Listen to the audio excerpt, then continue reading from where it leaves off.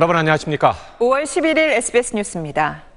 역사적인 북미 정상회담이 한 달 뒤인 다음 달 10일 싱가포르에서 열립니다. 트럼프 대통령은 세계 평화를 위해 정상회담을 특별한 순간으로 만들 것이라고 밝혔습니다. 워싱턴에서 손성민 특파원입니다. 북한과 미국 간의 사상 첫 정상회담 날짜와 장소가 발표됐습니다. 트럼프 대통령은 한국 시간으로 어젯밤 트위터를 통해 매우 기대되는 김정은과 나의 회담이 싱가포르에서 6월 12일에 개최될 것이라고 밝혔습니다. 이어 북미 양측 모두는 회담을 세계 평화를 위한 매우 특별한 순간으로 만들 것이라고 다짐했습니다. 트럼프 대통령의 발표는 폼페이오 국무장관이 북한에 억류됐던 미국인 3명을 데리고 귀국한 이후 8시간 만에 이루어졌습니다. We're starting off on a new footing. This is a wonderful thing that he released the folks early. 김정은 위원장에 대한 감사 인사와 긍정평가 이후 사흘 안에 날짜와 장소를 발표하겠다던 자신의 약속을 최대한 당긴 셈입니다. 북미 정상은 싱가포르 회담에서 최대 의제인 비핵화 방식과 일정을 비롯해 반대급부로서 북한에 대한 체제 보장과 제재 해제, 그리고 종전선언을 포함한 한반도 평화체제 정착 문제를 놓고 담판을 벌이게 됐습니다. 싱가포르 회담에 앞서 트럼프 대통령은 오는 22일 한미 정상회담, 다음 달 8, 9일 주요 7개국 정상회의를 통해 동맹국들과의 조율을 매듭짓고 지지를 확보할 방침입니다. 워싱턴에서 SBS 손성민입니다. 북미 정상회담 장소로 싱가포르가 최종 낙점된 이유는 뭘까요? 싱가포르는 북한과 거리가 가깝고 외교 관계를 맺고 있는 중립적인 지역인데다가 국제 행사도 자주 열려 정상들의 경호가 용이한 점이 장점으로 꼽힙니다. 보도에 송인호 기자입니다. 싱가포르는 1975년 한국과 북한이 동시에 수교를 맺은 국가입니다. 지난해 11월 대북 제재로 북한과의 교육을 전면 중단하기 전까지 북한과 무역 거래를 해왔습니다. 북한 대사관이 있고 아시아권 제3국 외교를 자주 활발히 해왔다는 점에서 김정은 위원장의 부담이 상대적으로 적은 것으로 평가받고 있습니다. 특히 경호와 치안, 교통, 통신, 숙박시설 등이 잘 갖춰졌고 전 세계 언론의 취재 지원도 원활할 것으로 보입니다. 2015년 시진핑 중국 국가주석과 마잉주 당시 타이완 총통의 역사적 첫 정상회담도 싱가포르에서 열렸습니다. 뉴욕타임스는 싱가포르는 중립적 장소로 평가되며 김 위원장의 이동 편의성 등을 고려해 선정됐다고 전했습니다. 김 위원장의 전용기인 옛 소련제 참매 1호는 평양에서 5,000km가량 떨어진 싱가포르까지 충분히 비행이 가능한 것으로 알려졌습니다. 이런 점에서 김정은 위원장의 최근 중국 다롄 방문이 사전 예행 연습이라는 분석도 나오고 있습니다. 그동안 미 정부의 강경파 인사들은 회담 장소가 회담 내용과 결과에 미치는 영향이 적지 않은 점을 강조하면서 판문점보다는 중립지역인 싱가포르를 선호해왔습니다. 회담 장소는 외교적 협상 무대로 손꼽히는 샹그릴라 호텔이나 마리나 베이 샌즈 호텔, 센토사 섬 등이 거론되고 있습니다. SBS 송윤호입니다. 우리 정부는 북미 정상회담의 개최를 환영한다는 공식 입장을 내놨습니다. 북미 정상회담 일정이 정해지면서 우리 정부의 조율 행보에도 속도가 붙을 거란 전망이 나옵니다. 전병남 기자가 전해드립니다. 청와대는 북미 정상회담 일정 발표 직후 곧바로 환영의 뜻을 밝혔습니다. 김의겸 청와대 대변인은 입장문을 내고 다음 달 12일 싱가포르에서 열리는 북미 정상회담의 개최를 환영한다고 말했습니다. 또 이번 정상회담을 통해 한반도의 비핵화와 항구적 평화 정착이 성공적으로 안착하기를 기원한다고 강조했습니다. 앞서 북한은 폼페이오 미 국무장관의 방북 사실을 보도하며 미국이 새로운 대안을 제시했다고 공개했습니다. 대통령이 새로운 대안을 가지고 대화를 통한 문제 해결에 깊은 관심을 가지고 있는 데 대해서와 일부 보상과 함께 대북 제재를 완화하거나 북미 수교와 평화협정 체결 같은 체제 보장 방안을 미국이 제시했을 가능성도 제기됩니다. 미국 역시 진전이 있었다고 평가한 만큼 북한의 비핵화 입장도 이전보다 한 발 더 나아간 것으로 관측됩니다. 다만 비핵화의 구체적인 로드맵을 놓고서는 팽팽한 줄다리기가 예상되는 상황이어서 북미 간 간극을 좁히기 위한 우리 정부의 조율 행보도 속도를 낼 것으로 보입니다. 이에 따라 오는 22일 백악관에서 열리는 한미 정상회담에서 문재인, 트럼프 양국 정상이 어떤 메시지를 내놓을지에 관심이 쏠립니다. SBS 전병남입니다. 더불어민주당은 오늘 오전 국회에서 새 원내대표를 선출합니다. 이번 경선에는 선수와 같은 3선의 노웅래 의원과 홍영표 의원이 출마해 여당 원내사령탑 자리를 놓고 경쟁해왔습니다. 노웅래 의원은 지난 2016년 원내대표 경선에, 홍영표 의원은 지난해 원내대표 선거에 각각 나섰지만 패배했습니다. 임기 1년의 신임 원내대표는 드루킹 사건 특검 등을 둘러싼 여야 간의 대립으로 한 달 넘게 이어져온 국회 파행을 매듭지어야 할 당면 과제를 안고 있습니다. 야당과의 협치를 모색하는 것은 물론 집권 2년 차로 접어든 문재인 정부의 민생 개혁 과제 추진을 안정적으로 뒷받침해야 하는 것도 새 원내대표에게 주어진 숙제로 꼽힙니다. 중앙선거 여론조사 심의위원회에 등록되지 않은 여론조사 결과를 공표한 자유한국당 홍준표 대표에 대해서 과태료 2천만 원이 부과 처분이 확정됐습니다. 중앙선거관리위원회 산하 여심위는 지난 9일 전체회를 열고 홍 대표에 대한 과태료 처분을 확정했습니다. 여론조사 심의위원회는 지난달 27일 미등록 선거 여론조사 결과를 공표해 공직선거법을 위반했다며 홍준표 대표의 과태료 2천만 원 부과를 결정했습니다. 홍 대표는 여심이 최종 결정일로부터 20일 안에 이의 신청을 할 수 있습니다.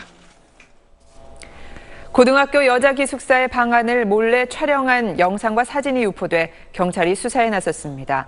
이 학교 학생들은 본인이 찍힌 건 아닌지 불안해하고 있습니다. 이현영 기자가 보도합니다.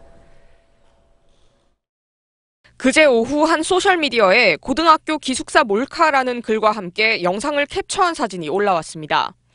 유포된 한 장의 사진에는 창문 밖으로 보이는 기숙사 방 안의 여학생들 모습이 20여 개의 장면으로 나뉘어 있습니다. 이 학교는 경기도 남부의 한 사립고등학교로 알려졌습니다. 댓글 다른 것도 다 지우고 그랬는데 이미 올라온 상황이라서 이게 얼마나 없어야지 지금 감당을 할 수가 없어요. 경찰은 영상 촬영자와 촬영 경위 등을 수사하고 있습니다. 경찰은 범인이 이곳 뒷산에서 기숙사 내부를 촬영한 것으로 보고 이곳 일대를 확인했습니다. 경찰은 지난 3월 텀블러라는 사이트에 해당 영상이 올라왔다는 정보를 입수했습니다. 더구나 인터넷상에선 2009년부터 영상이 돌기 시작했다는 이야기도 나오면서 졸업생들까지 불안해하고 있습니다. 링크 다운로드 건이 5천 건이 넘었다고 했는데 내가 옷 갈아입고 기숙사 내에서 생활하는 그런 모습들을 나도 모르는 사람들이 보지 않았을까 해서 굉장히 불안했고, 경찰은 압수수색 영장을 발부받아 미국 텀블러 본사에 수사 협조를 요청할 계획입니다. SBS 이현영입니다. 홍익대학교 회화 수업에서 남성 모델의 나체 사진을 인터넷에 노출한 유력한 혐의자가 경찰에 붙잡혔습니다. 알고 보니 남성 모델과 같이 일하던 여성 모델이었습니다. 화경은 기자입니다. 경찰은 당시 회화과 수업에 참여한 누드 모델 4명 중 여성 모델 1명을 주목했습니다. 20대인 이 여성은 참고인 조사 과정에서 가지고 있는 휴대전화 2대 중 1대를 잃어버렸다며 제출하지 않았습니다. 또 사건 당일 피해 남성 모델과 감정 섞인 다툼을 벌였던 것도 확인됐습니다. 피해 모델과 수업 도중 쉬는 시간에 휴식하는 공간을 놓고 말다툼이 있었다는 겁니다. 경찰은 이 여성 모델을 사흘간 매일 불러 조사했고 사진을 촬영하고 유포했다는 자백을 받아냈습니다. 이 여성은 나체 사진을 올린 인터넷 커뮤니티 워마드에서 과거 활동한 적이 있지만 지금은 활동하지 않는다고 진술했습니다. 경찰은 성폭력 처벌법 위반 혐의를 적용해 이 여성을 입건하고 제출하지 않은 휴대전화를 찾아 물증을 확보할 방침입니다. 피해 모델은 자신을 성적으로 조롱하고 비하한 워마드 회원 중 정도가 심한 2명을 고소했고 이에 대해서도 경찰이 수사에 나섰습니다. SBS 화강윤입니다. 한진그룹 조양호 회장 가족의 거액 상속세 탈세 혐의 수사에 나선 검찰이 이와 별도로 조 회장 일가의 수상한 해외 비자금 조성 정황을 포착해 수사를 검토 중인 것으로 확인됐습니다. 김혜민 기자가 보도합니다. 검찰은 조양호 회장 등 사남매가 아버지 고 조중훈 회장의 해외 재산을 물려받으며 상속 신고를 하지 않았다는 국세청의 고발에 따라 수사에 착수했습니다. 미납 상속세와 과태료를 합치면 1,000억 원에 이르는 것으로 보고 있습니다. 그런데 검찰은 또 다른 수사를 검토 중입니다. 서울 남부지검은 2016년 조 회장의 가족과 친척의 금융 계좌를 압수수색했습니다. FIU, 즉 금융정보분석원이 대한항공에서 수상한 해외 자금 흐름이 포착됐다고 통보해 왔기 때문입니다. 당시 검찰은 이 자금이 유럽의 조세피난처로 들어간 것을 확인했지만 이후 흐름은 파악하지 못한 것으로 알려졌습니다. 최근 대한항공 내부 제보자들은 회사가 항공기를 구입하며 리베이트로 받은 돈을 해외 조세피난처에 숨겼다는 의혹을 제기하기도 했습니다. 검찰은 한진 일가의 역외탈세 수사와 동시에 이런 해외 비자금 조성 의혹에 대한 수사 재개를 신중히 검토하고 있습니다. 이런 가운데 김영문 관세청장은 지난 조 회장 자택 압수수색에서 밀수 혐의를 추론할 수 있는 단서가 나왔음을 시사했습니다. 조양호 회장은 대한항공 계열사인 진에어 대표이사직을 사임했습니다.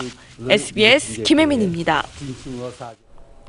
대한항공 조종사 새 노조는 어제 저녁 대한항공 본사 앞에서 촛불 집회를 열고 조양호 회장 일가의 퇴진을 요구했습니다. 집회에는 마스크와 가면을 쓴 대한항공 조종사와 가족 100명 정도가 참석했습니다. 새 노조는 내 아이들만큼은 이런 모습으로 살게 해서는 안 된다는 마음으로 촛불을 들었다고 밝혔습니다. 삼성물산과 제일모직의 합병 과정에 부당하게 개입했다며 한국 정부를 상대로 투자자, 국가 간 소송, ISD를 추진 중인 미국계 헤지펀드 엘리엇 매니지먼트가 7천억 원 넘는 손해배상을 요구한 것으로 확인됐습니다.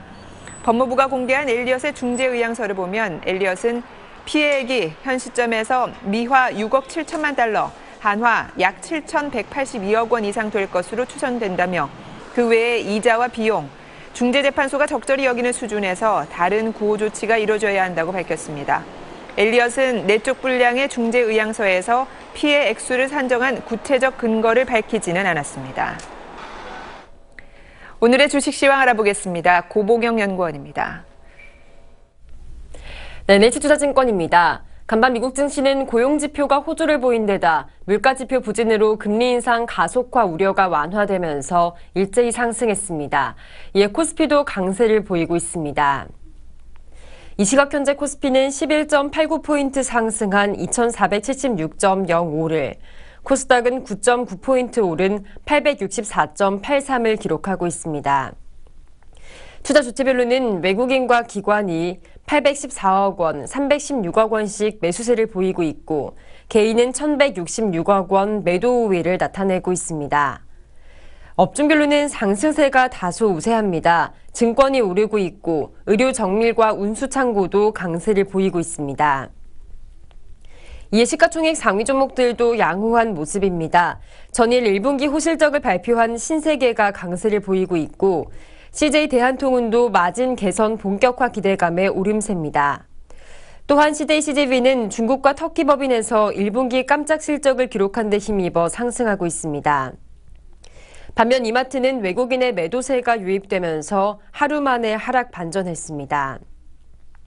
이 시각 현재 원달러 환율은 4.5원 내린 1,068.6원에 거래되고 있고 3년 만기 국고채 금리는 2.276%를 기록하고 있습니다. 지금까지 NH투자증권이었습니다. 네, 요 며칠 이어진 쾌청한 하늘 덕분에 기분까지 상쾌했었는데 오늘 다시 하늘이 뿌얘졌습니다. 현재 서울 등 중서부와 영남 지방을 중심으로 초미세먼지 농도가 높게 나타나고 있는데요. 이들적 오전과 밤 시간대 공기가 탁할 것으로 보여서 야외 활동 시 마스크 꼭 착용하시기 바랍니다. 내일은 전국에 비가 내리면서 미세먼지가 해소되겠습니다. 내일 새벽 서해안 지방부터 비가 시작돼 오후에는 전국으로 확대되겠고요. 이 비는 일요일 오전까지 이어지겠습니다. 특히 비가 내리면서 내일은 서울 낮 기온 17도에 그치는 등 서늘하겠습니다. 예상되는 비의 양은 호남과 경남 해안 지방이 20에서 60mm, 그 밖에 전국은 5에서 40mm가량이 되겠습니다. 오늘 하늘 표정은 전국이 맑다가 오후부터 구름의 양이 차츰 많아지겠습니다. 한낮 기온은 서울이 21도, 광주와 대구가 25도 등 어제와 비슷하겠습니다. 다음 주에는 다소 더운 날들이 많겠습니다. 날씨였습니다. SBS 뉴스를 마칩니다. 시청해주신 여러분 고맙습니다.